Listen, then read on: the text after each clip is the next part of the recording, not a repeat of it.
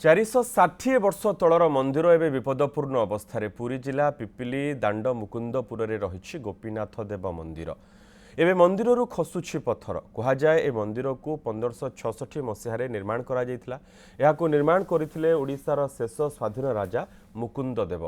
राजा मुकुंद देवଙ୍କ देहांत हेबा परे मंदिर निर्माण असंपूर्ण रहीगला। मंदिर नाटमंडप रे प्रभु गोपीनाथ देवंकर विग्रह प्रतिष्ठा करा जायछि हेले एबे उक्त नाटमंडप को विपद साजिछि राजांक द्वारा निर्माण करा जायथिबा असंपूर्ण मंदिर। मंदिररु पत्थर खंड खसुछि एथिस मंदिरर मूल दुआ दुर्बल हेबारु मंदिर पत्थर खंडरे फाट सृष्टि होइछि। एने श्री गोपीनाथ देव मंदिर ट्रस्ट पक्षरु एंडोनमेंट कमिशन का सह प्रत्नतत्व विभाग एवं राज्य सरकार को अवगत करा जायथिले सुधा किछि फल मिलु नथिबा एहार ट्रस्टी मेंबर अभियोग करिसंती।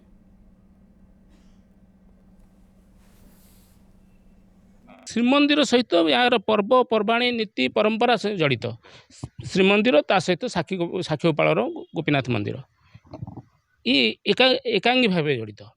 तेणु यार उन्नति एवं ये ऐतिह्य को बजाय रखापी सरकार निहाती भाव में आवश्यकता रही दृष्टि देवाई और यार जिते संभव जिते जल्दी संभव यार पुनरुद्धार हवा दरकार। पूर्वपटे जो अच्छा गोपीनाथ अच्छा मंदिर अच्छी मुखशाला तापर विपद बर्तमान घनक रही ये पत्थर यदि खसी पड़े मंदिर सहित गोपीनाथ भी भग्न हो तो निहाती आवश्यक यथाशीघ्र यार पुनरुद्धार करा ना रक्षणाबेक्षण करा।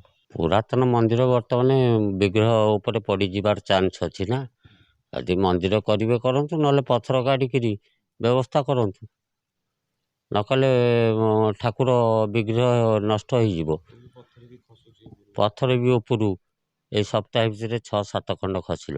आगे आउ एक नूतन मंदिर जोठी प्रभु गोपीनाथ विग्रह रही से मंदिर को एबे ए पुराना असंपूर्ण मंदिर विपद साजी तेबे अंचल ए पुराना मंदिरर उन्नतीकरण बा एहार पुनरुद्धार ପାଇଁ अनेक दाबी होइछि। तेबे देखबार कथा सरकार ए दिगरे की पदक्षेप नौछंती। पुरी पिपिली बापू बेहेरा न्यूज़ 7।